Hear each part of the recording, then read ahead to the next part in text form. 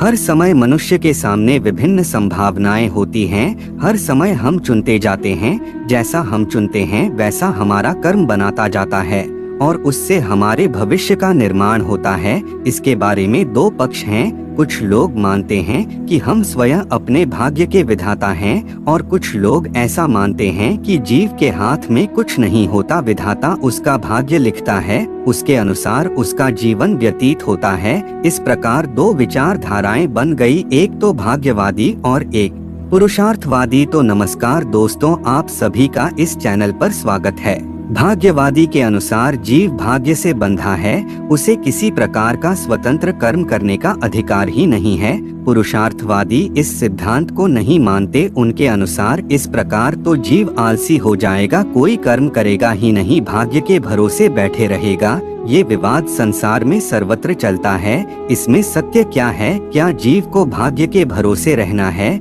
या स्वतंत्र कर्म करना चाहिए? इसे भली प्रकार से समझने के लिए ये समझना आवश्यक है कि भाग्य होता क्या है। भाग्य मतलब जीव द्वारा पूर्व जन्म में किए गए कर्म ही होते हैं, जो वर्तमान जन्म में भाग्य कहलाता है। यदि भाग्यवादी की माने तो जीव भाग्य से बंधा है और कर्म करने का अधिकार भी नहीं है। ऐसा तो हर जन्म में होगा, तो कौन से जन्म में हमने कर्म किया वही इस जन्म में हमारा भाग्य बना। भाग्य तो कर्म करने से ही बनता है। किसी न किसी जन्म में पुरुषार्थ तो किया है, यह सिद्ध हो गया, और किसी जन्म में पुरुषार्थ किया तो इस जन्म में क्यों नहीं कर सकते। इसलिए शास्त्र कहते हैं कि ये भाग्य भाग्य का नारा लगाकर आलसी मत बनो।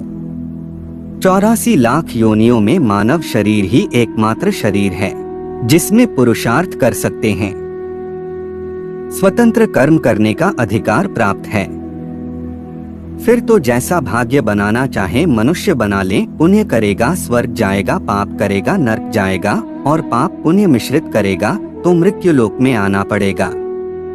ये स्वतंत्रता भगवान ने हम सबको दी है, अर्थात हमको कर्म प्रधान बना दिया। ऐसे मानव शरीर को पाकर भाग्य का नारा लगाकर बैठ जाए, इससे बड़ा दुर्भाग्य नहीं हो सकता है।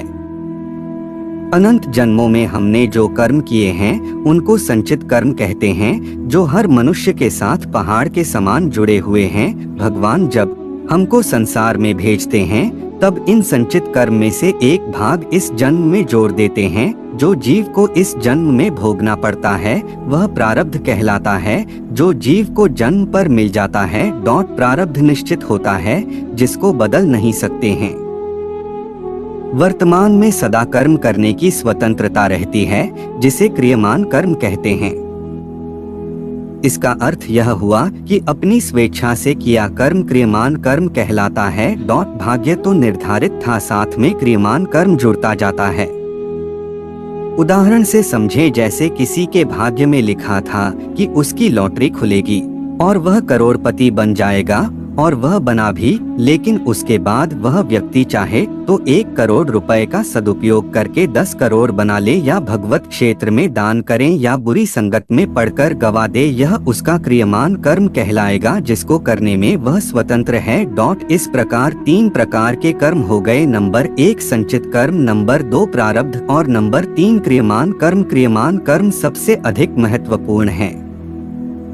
हमारे शास्त्र कहते हैं कि क्रियमान को सुधारो, प्रारब्ध की चिंता मत करो, वो तो आता जाता रहेगा। जैसे साइकिल चलाते वक्त सामने पहाड़ी आ जाए तो अधिक परिश्रम कर साइकिल चलाना होगा, किंतु चढ़ाई सदा नहीं रहती। चढ़ाई के बाद उतराई आ जाती है, उतराई भी सदा नहीं रहती, फिर समतल आ जाता है।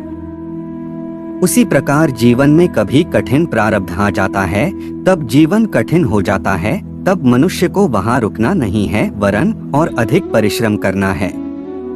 चढ़ाई के बाद उतराई आना ही है और जीवन सरल हो जाता है, यानी अब अच्छा भाग्य आ गया। तात्पर्य यह कि भाग्य आता जाता रहेगा, उसकी चिंता नहीं करना है और उसको जानने का प्रयत्न भी नहीं करना है।